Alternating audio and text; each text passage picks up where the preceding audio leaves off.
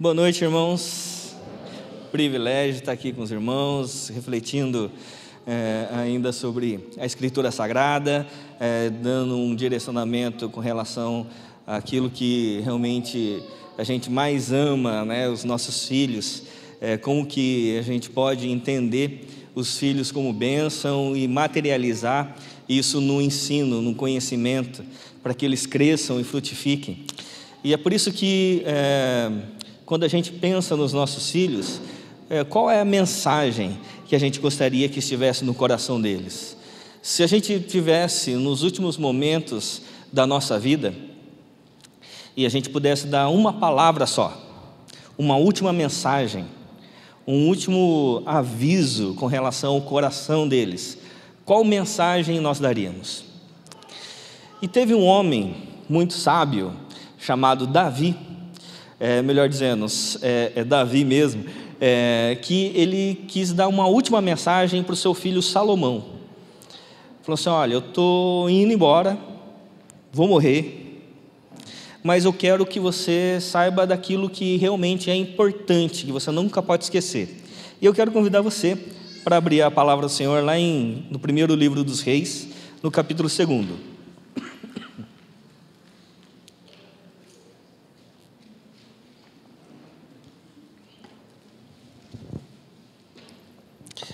Primeiro livro dos Reis, no capítulo 2, Davi dando as últimas instruções para o seu filho Salomão, que viria a ser o homem mais sábio da face da terra.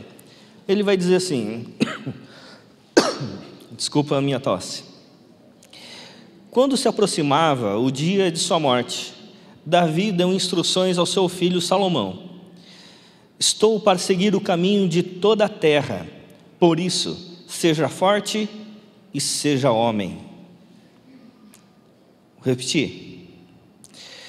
Por isso seja forte e seja homem. Obedeça ao que o Senhor, o seu Deus, exige. Ande nos seus caminhos. Obedeça aos seus decretos, aos seus mandamentos, às suas ordenanças e aos seus testemunhos, conforme se hajam escritos na lei de Moisés. Assim você prosperará em tudo que fizer e por onde quer que for. E o Senhor manterá a promessa que me fez.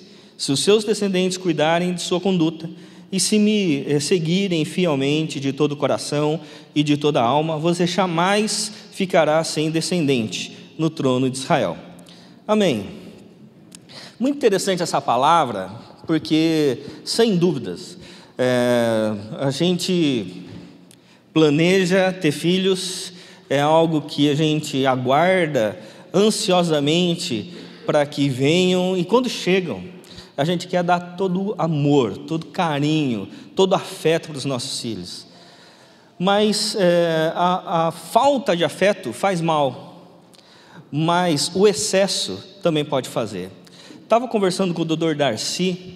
O Dr. Darcy lidera a nossa equipe de psicólogos lá na igreja, e ele estava me dizendo, e ele falou um negócio que, falou assim: olha, realmente é isso mesmo. Ele falou o seguinte, que a superproteção é mais danosa do que a rejeição. E por que ele estava dizendo isso? Porque nós estamos sofrendo um mal na nossa época, onde os nossos filhos são super protegidos, e a gente não deixa com que os nossos filhos passem por dificuldades.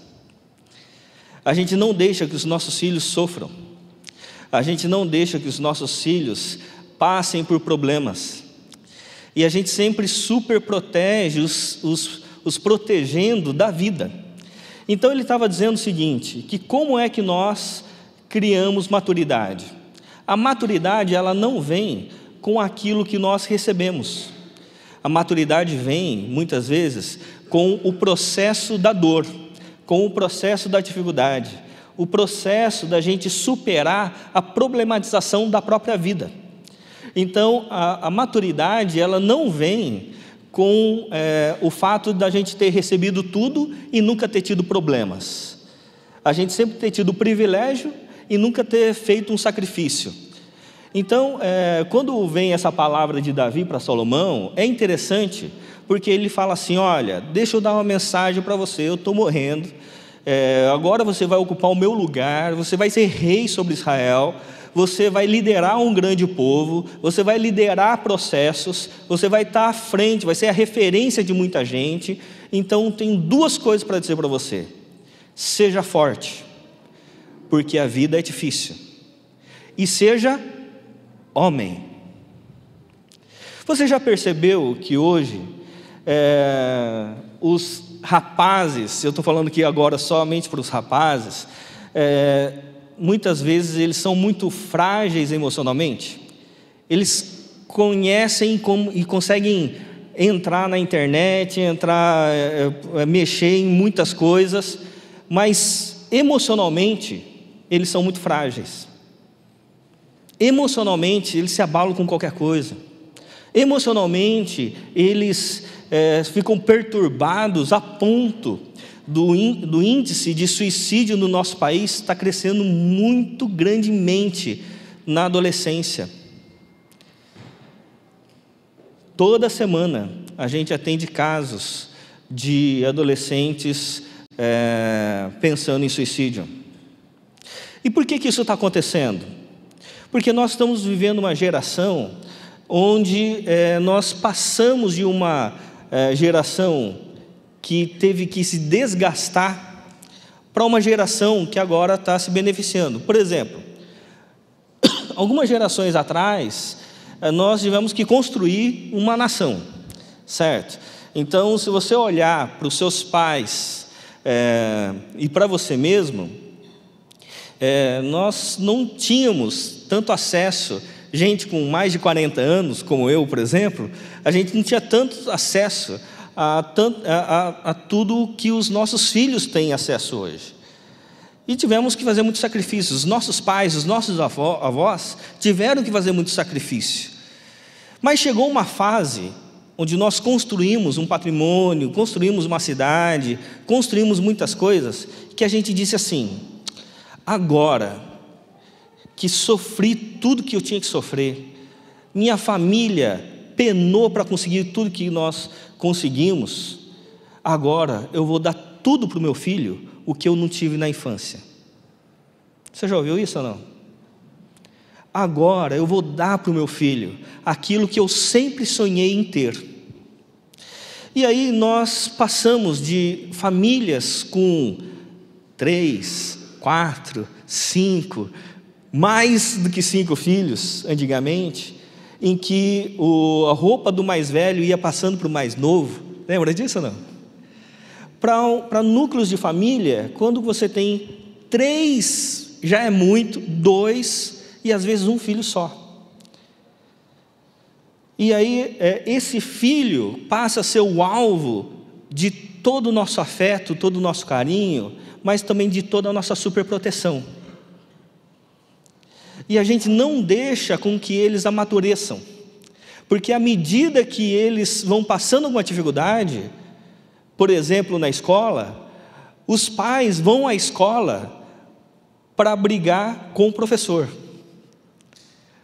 para brigar com a direção da escola. Como é, meu filho está sofrendo, meu filho tirou uma nota ruim, e a gente não fala mais com o filho, a gente fala com quem?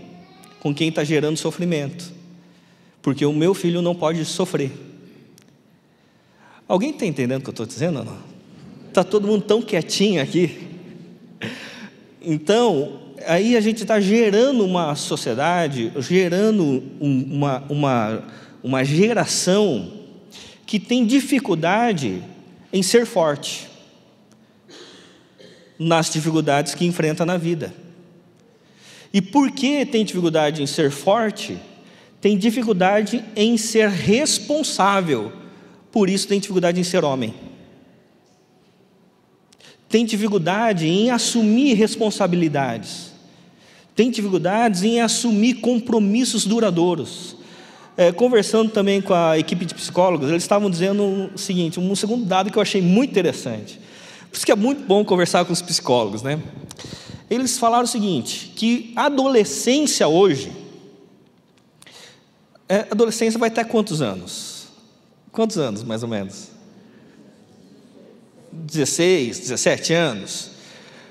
Hoje em dia, sabe até quantos anos vai a adolescência? 30 anos. Tem um monte de adolescente aqui, né? Até os 30 anos. E o que caracteriza uma adolescência? Pessoas que não têm condições de assumir a própria vida. Pessoas que estudam, mas continuam sendo mantidos pelos pais. Continuam se vendo como filhos, e nem querem, e nem vislumbram a possibilidade de serem emancipados, de assumirem a responsabilidade e o governo da própria existência. É por isso que são jovens altamente capazes, com um conhecimento incrível. Coisas que a gente nem dá conta de pensar, eles fazem, mas que não estão pensando em assumir responsabilidade de si, e muito menos dos pais, menos ainda da sociedade. É por isso que quando Davi chama Salomão, essa palavra dele é muito importante para o nosso coração, de que educar os nossos filhos não é só dar tudo aquilo que você pode dar, mas é nutrir o coração dele para que ele consiga tudo aquilo que ele pode conseguir. Amém? Porque aí você gera gente com autonomia, com responsabilidade. Pessoas que assumem o compromisso pelo governo de si mesmo e pelo governo dos outros. É interessante a gente pensar, porque quando a gente olha para a Escritura Sagrada vai nos desafiar sempre a gente se olhar não como filhos, mas a gente se olhar como pais. Quando a gente ora o Pai Nosso, por exemplo, não é para a gente ficar só nos vendo como filhos, mas Deus nos chama para assumirmos a responsabilidade de toda a sociedade. Como? Salomão estava sendo chamado para isso, para que a gente reflita a luz de Cristo, para que a gente reflita a luz do Pai. Então, quando a gente se vê como filho, a gente sempre se vê como alguém dependente, a gente sempre se vê como alguém que necessita de algo, mas quando a gente amadurece, então a gente é emancipado e agora nós nos vemos como pais de outros filhos, para que a gente assuma a responsabilidade juntamente com o nosso pai, para que a gente não seja um filho de um pai, mas seja um pai com o pai. Amém? E aí a gente possa nos responsabilizar, assumir o governo, assumir a vida, e não só ficar na dependência de um filho. É por isso que o desafio nosso, como pais, é sempre entender que os nossos filhos, eles são de Deus. Os nossos filhos são presentes de Deus. Eles não são nossos. Eles não devem viver a vida inteira debaixo da nossa guarida. Mas a gente deve criá-los de tal forma, educá-los, para que eles entendam a vocação pessoal deles. Qual é a vocação do seu filho? E você, a sua casa, ser o apoio para o envio da vocação do seu filho. E não para a permanência na sua vocação. Entendeu? Porque senão a gente vai gerando filhos que nunca desgarram, nunca emancipam. Sempre são dependentes afetiva, emocional, financeira e socialmente. E aí não conseguem ser fortes e nem homens. Faz sentido o que eu estou dizendo, irmãos? Então, o que acontece? Como que um filho amadurece? Quando você dá responsabilidade. E ele só vai ter responsabilidade à medida que você der liberdade. Porque a responsabilidade é a medida da liberdade. Então, quando Davi estava no final da sua vida, ele disse: olha, agora vocês assumam, vocês governem, eu estou indo, agora é com vocês. Essa mesma fala aconteceu com Moisés e Josué. Quando Moisés estava partindo, Josué ia assumir o governo da nação de Israel, que estava vindo do Egito, caminhando 40 anos no deserto, prestes a entrar na terra prometida, e agora Josué ia assumir todo o governo de toda a nação. Ele diz assim: eu só vou se o Senhor for comigo.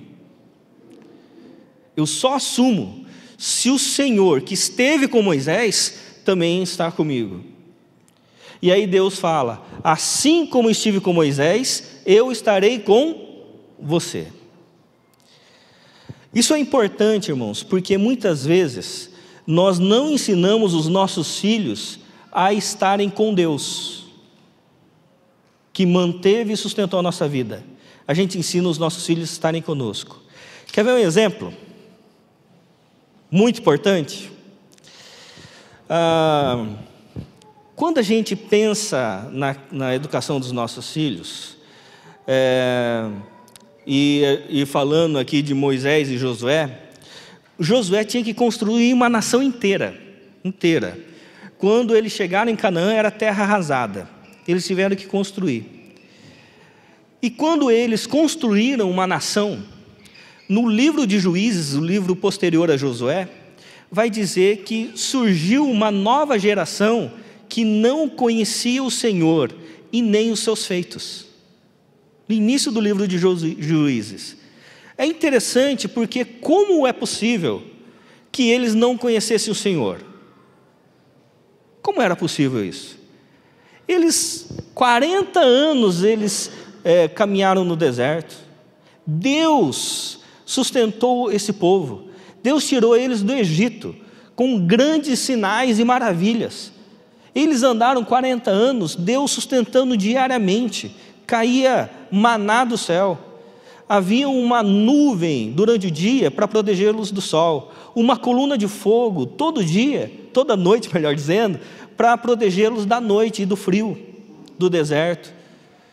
Quando eles foram entrar em Canaã, para eles atravessarem o Rio Jordão, o rio se abriu, a exemplo do que tinha acontecido no Mar Vermelho. Eles entraram e conseguiram derrotar nações muito mais fortes do que eles. Como é que a geração posterior nunca tinha ouvido falar do Senhor? Isso é possível? É possível porque a Bíblia diz. Sabe por que isso aconteceu? Porque era mais ou menos assim. Os pais relatando os eventos para os filhos, falando assim: filho, deixa eu falar uma coisa para você. Você precisa ser forte e corajoso. Você precisa ser homem. Então deixa eu contar uma história. A gente era tudo escravo lá no Egito. E lá a gente era escravo e o Egito era a nação mais poderosa que existia. Tinha os melhores armamentos, o melhor exército, tinha tudo e a gente não tinha nada. Mas a gente resolveu falar assim: vamos acabar com isso aqui e a gente vai se livrar do Egito. E a gente conseguiu fazer um movimento e a gente se libertou do Egito. O Egito, o faraó mandou um exército contra nós. Sabe o que aconteceu com o exército deles? Eles não puderam com a gente venceu eles. Mas isso não foi nada. Difícil foi atravessar o deserto. Só gente muito forte e corajosa conseguia. E sabe para quem que você está olhando? Para quem conseguiu. Quando a gente chegou nessa terra, não tinha nada. O pai teve que ser feirante, teve que trabalhar de dia e estudar de noite.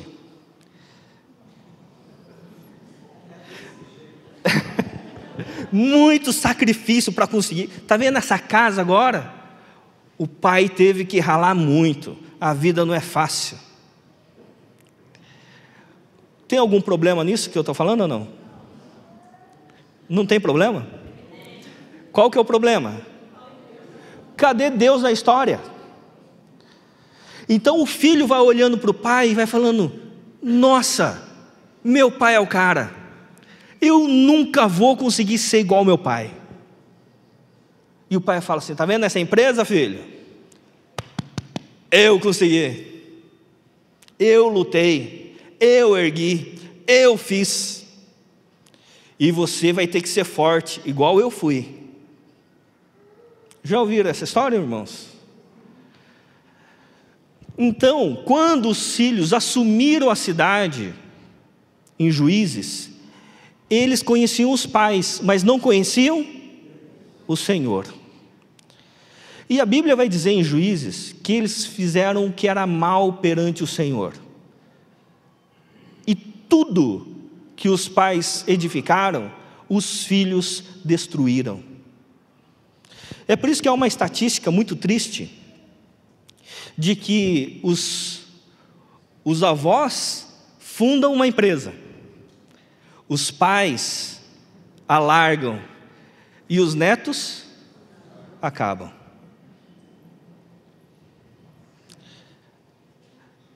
E por que isso acontece?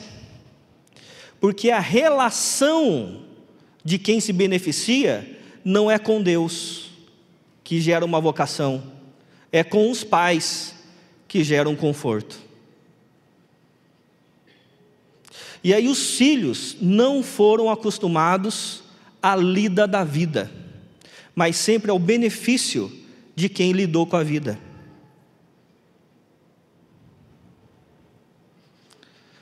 E aí a gente gera pessoas com muito conhecimento, porque tem acesso às melhores escolas, aos melhores equipamentos, mas que não teve acesso à dificuldade da vida, porque a gente sempre super protegeu, e aí a gente não conseguiu gerar uma geração de gente forte e de homens. Pessoas que assumissem a responsabilidade. É por isso que, para mim, é muito significativo quando aqui, tanto Davi quanto Moisés com Josué, eles dizem: há um caminho para a gente trilhar, há um caminho que a gente precisa pensar. E ele vai dizer que, ele vai dizer assim: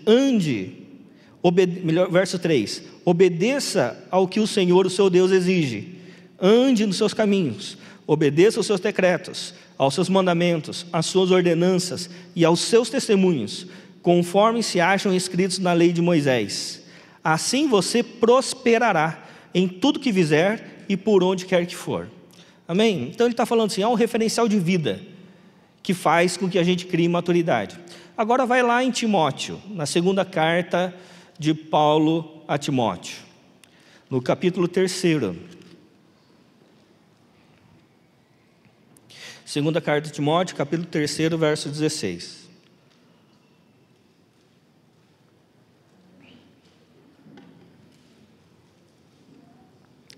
Vai dizer assim a Sagrada Escritura. O verso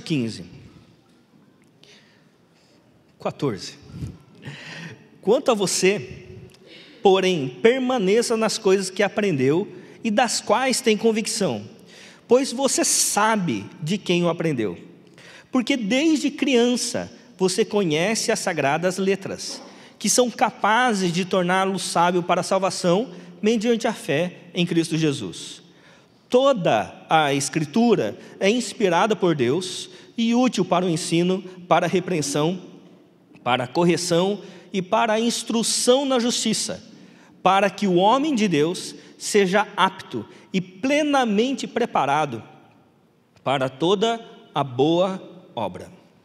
Então, o que faz um filho estar plenamente preparado para toda boa obra? o conhecimento do todo da Escritura, que pode torná-lo sábio para a salvação, mas mais do que a salvação, vai fazer com que esse Evangelho o ensine, o repreenda, o corrija, para que ele saiba de fato quem ele é, ele tenha identidade. Quando a gente olha para a Escritura, a gente às vezes cai no erro de achar que é um livro religioso. Não é. A Bíblia é um referencial de antropologia, da gente entender quem nós somos, para a gente ter a nossa identidade, compreender qual a identidade que nós temos dentro da realidade existente. Então a Bíblia toda, desde Gênesis até o Apocalipse, ele vai dizer primeiramente quem Deus é, qual é o ambiente em que nós estamos inseridos e quem somos nós diante do Deus que é, para uma vocação no ambiente que estamos inseridos. E aí nós, a partir desse conceito de quem Deus é, quem nós somos e onde estamos, nós geramos a nossa identidade. Mas uma identidade a partir do todo da Escritura, que nos ensina, que nos repreende, que nos corrige. Amém? Porque ela vai fazendo com que a gente entenda, então, o ambiente em que nós estamos inseridos, quem nós somos, o que nós precisamos mudar, como nós precisamos agir, para que a gente esteja apto para toda boa obra. O que nós chamamos de vocação. Entender qual a minha vocação no reino de Deus, qual a minha responsabilidade no mundo criado. Por que eu existo? E para que eu existo? E aí eu passo a ter um senso de identidade a partir de quem Deus é e do que Ele está fazendo na história, e não dos meus pais e do benefício que eles me estão dando no presente. Amém? Entendeu a diferença ou não? A partir do momento que a gente entende o todo da Escritura, a gente vai entender então a nossa identidade, como que nós precisamos viver o Evangelho, viver a vida a partir da criação de Deus. Então, quando aqui em Timóteo ele está falando que toda a Escritura é inspirada por Deus, e ela é útil para o ensino, para a repreensão, para a correção, e ele vai terminar essa última parte que eu gosto muito, que ele vai dizer assim, para a educação na justiça. A gente vai entendendo um conceito teológico muito importante, e que foi uma questão de debate, por exemplo, que nós tivemos na nossa comunidade, formando nosso projeto pedagógico para as crianças. Porque havia duas linhas ali com os pedagogos. Uma linha que dizia, a Bíblia diz o seguinte, que nós devemos inculcar a Escritura Sagrada aos nossos filhos. Então eles são ensináveis cognitivamente. E havia uma outra linha que dizia assim, não, nós não precisamos ensinar cognitivamente, mas nós precisamos ensinar afetivamente. Então a gente precisa abraçar, amar as crianças, cuidar delas, e aí elas vão entender. Né? Daí falou assim, olha, tá vendo? É um problema teológico. Porque uma linha está dizendo o seguinte, que o ensino nos educa para que a gente compreenda que nós não somos bons. Uma outra linha está dizendo o seguinte, a gente já é bom, então a gente só abraça, porque ela, porque é boa, vai entender o Evangelho por si só. E aí tem duas linhas pedagógicas muito conflitantes e presentes na nossa sociedade. E aí eu falei o seguinte, olha, esse é um conceito teológico. Nossos filhos não são bons, por mais que a gente os ame. Mas eles já nascem na queda. Eles já nascem egoístas. Eles já nascem propensos ao privilégio. Aqui a família gira em torno deles. a gente já nasce propensos à injustiça. Por isso que a Escritura vai nos educar na justiça. Porque todos nós somos propensos a olhar para a nossa necessidade. Se você reunir 2 crianças numa sala e der um brinquedo, o que vai acontecer? Vai dar briga. Mas se você reunir 2 crianças com 2 brinquedos, aí um vai brincar com o seu brinquedo e tudo bem? Não. Um vai pegar e falar assim, agora eu quero do outro. Sim ou não? Quem que ensina isso para a criança? Quem que ensina? A primeira palavra que a minha filha aprendeu foi meu. Eu falei assim, ô Viviane, deixa eu falar, minha esposa, né? Ô Viviane, deixa eu falar, você ensinou pronome possessivo para Laís? Por quê? Porque isso está dentro da gente. Não precisa ensinar. A gente já nasce querendo as coisas para mim. Tudo meu. Então, esse conceito de que nós somos criados bons, é por isso que se você amar, cuidar e tudo mais, o seu filho vai ser bom sempre.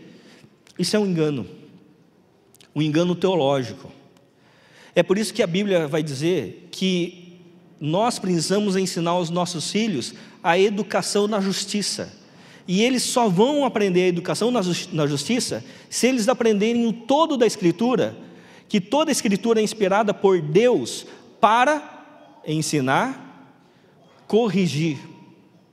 Ela é útil para ensinar, para corrigir. E aí, à medida que a gente aprende que ela ensina, corrige e ela repreende, então a gente entende que ela também nos leva para a justiça, para que só como resultado, para que depois disso a gente esteja apto para toda a boa obra. Então, trazendo agora de forma mais prática para nós aqui, sociedade contemporânea, onde nós estamos inseridos numa época onde você não pode dizer não, porque senão você vai traumatizar o seu filho, não é verdade? Como é que nós ensinamos os nossos filhos? Como é possível a gente gerar maturidade nos nossos filhos? Trazendo para a igreja? Começa por aí. Mas como é que nós lidamos em casa? Dando liberdade. O problema é que a gente tem medo de que eles errem. Sim ou não? E aí a gente nunca dá liberdade. A gente não dá a oportunidade do erro. E quando eles erram, a gente tira toda a liberdade e nunca mais dá liberdade. E aí eles nunca crescem, nunca se sentem responsabilizados e prontos para assumir uma responsabilidade. A gente tem que dar liberdade com vigilância, mas dar liberdade. Os nossos filhos vão errar. E uma coisa que eles precisam saber é que eles podem errar. Porque eles são maus. Igual quem? Nós. Certo? Quando você era adolescente, você fazia tudo certinho? Você fala tudo que você fazia na adolescência, você fala tudo para o seu filho? Eu tenho certeza que você não fala. Tem umas coisas que você fala assim, não, eu não era assim. A gente erra. Agora, o Evangelho nos diz que nós somos pedagogos. Nós educamos na justiça. Os nossos filhos, quando eles errarem, eles sabem aonde eles vão encontrar abrigo no erro. E esse lugar deve ser a casa, deve ser o coração dos pais, que deu liberdade com responsabilidade. Então, uma das coisas que a gente está assim, com muita dificuldade com relação aos pais, é ensiná-los a mensurar liberdade com responsabilidade. Que eles devem ir afrouxando a corda, dando um pouco mais de liberdade, mas sempre pedindo responsabilidade. E aí, se a gente não consegue fazer isso, quando um filho tem a primeira oportunidade de fazer uma coisa errada, aí ele faz com gosto. É ou não é? Faz escondido. Agora, os filhos precisam entender que os pais são para vocês presente de Deus. Como os filhos são presente de Deus para nós, os pais também são. Mas da mesma forma como os nossos filhos erram, os seus pais vão errar sempre. Não tenha a ilusão de achar um pai perfeito. Você não vai achar. Se você quiser um pai perfeito, você faz o que Mateus diz no Sermão da Montanha. Você entra no seu quarto sozinho, sem o seu pai. E ora. Fala assim, Pai nosso. Aí você encontrou um pai perfeito. Amém? Então, os pais, eles erram. Agora, você, filho, você não tem só que desfrutar de tudo que seu pai pode dar, os seus pais, mas vai chegando a medida da maturidade que você começa a se responsabilizar pelos seus pais. E como é que você sabe que você pode começar a se responsabilizar pelos seus pais? Quando você começar a ter visão crítica. Porque o crítico é aquele que vê a verdade. Se Deus mostrou uma verdade para você, é para você se responsabilizar e não só para você criticar. Amém? Por quê? Porque nós, na relação cristã, nós somos responsáveis um pelo outro. Não são os pais que são somente responsáveis por vocês. Vocês são responsáveis pelos pais. Vocês devem educá-los, se eles forem mal educados.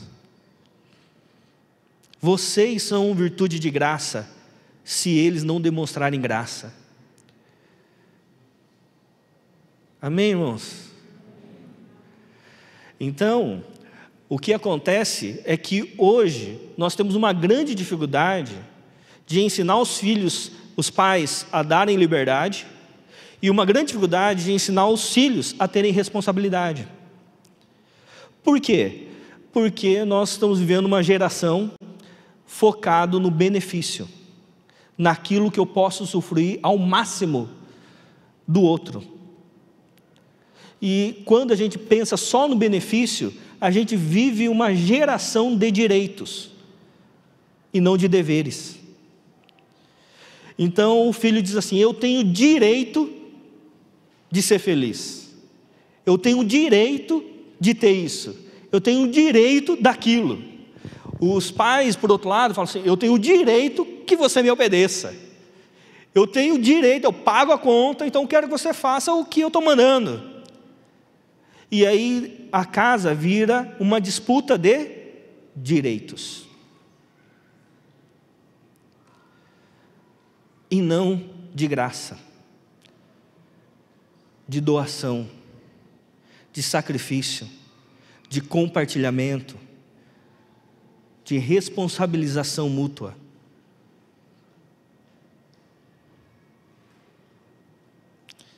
É por isso que quando a gente começa a compreender essas questões, então a gente começa agora a nutrir o coração dos nossos filhos, com graça e com responsabilidade.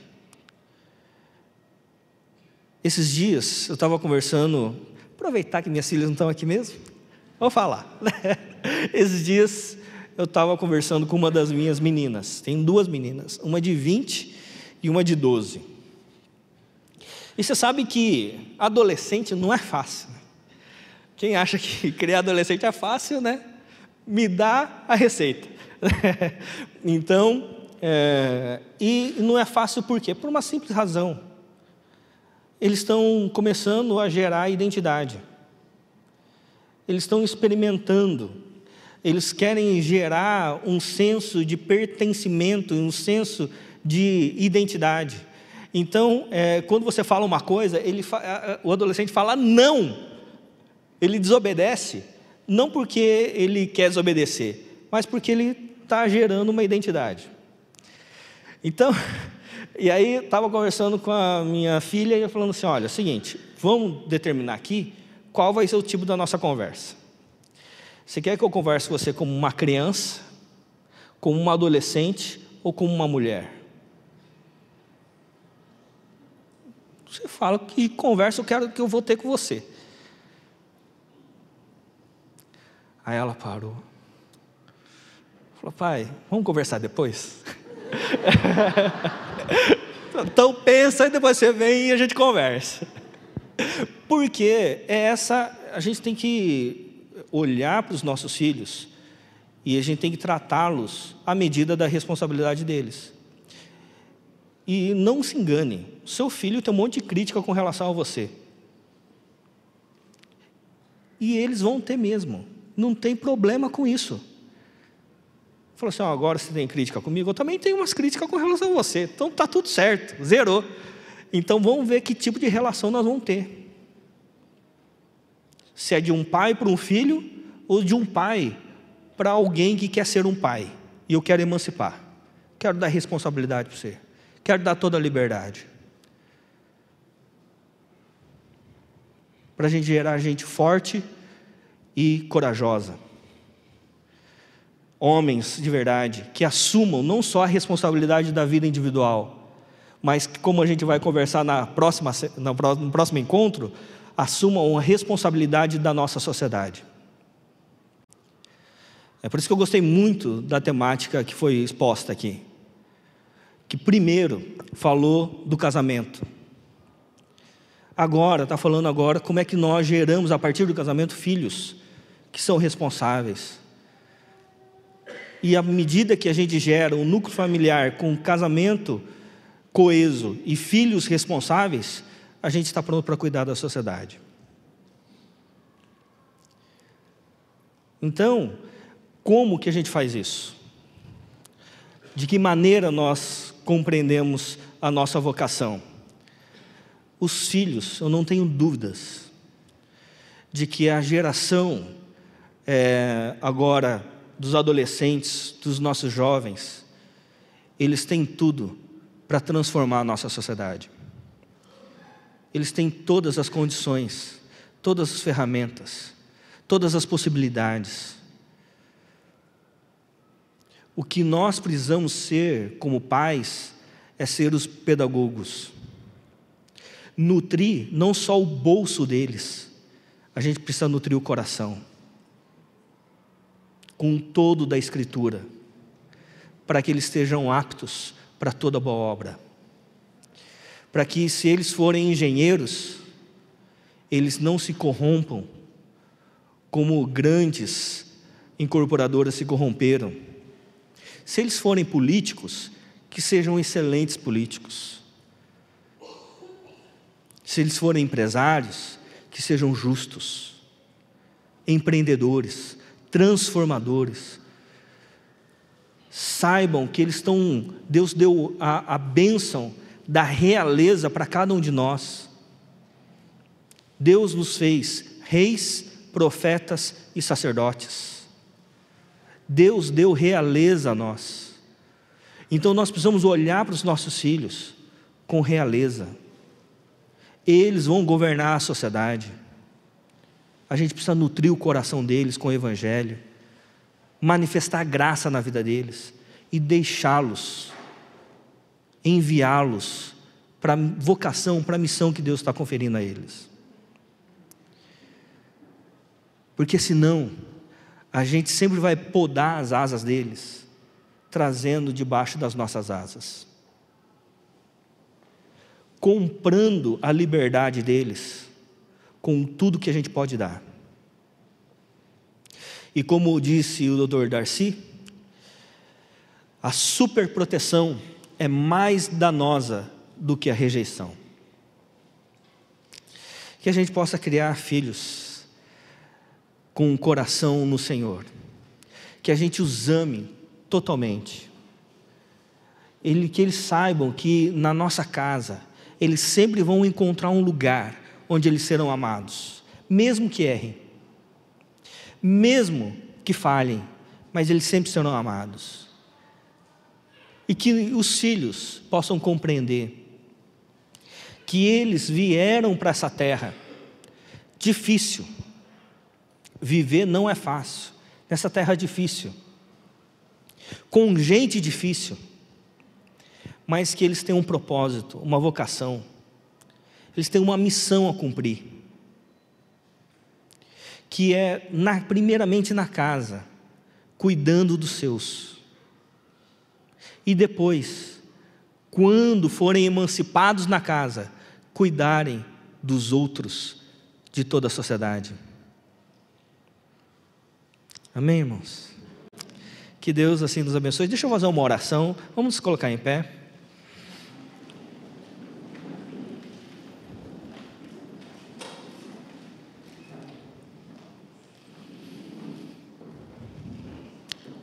Uma última coisa. Você está perto aí dos seus pais.